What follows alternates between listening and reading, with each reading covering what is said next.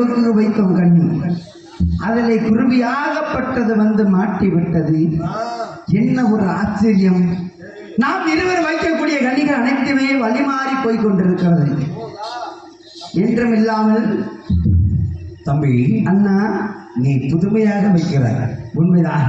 அது இப்பொழுது தவறாக செல்லும். ஆகட்டும் அண்ணா. இருந்தாலும் அண்ணன் தம்பி 2 பேரும் சேர்த்து வைக்குமா? நான் மட்டும் வைக்கட்டுமா? அண்ணா, இருவரும் சேர்ந்து கண்டி கட்டுவோம் அண்ணா. அப்படி என்றால் வண்டி சாமி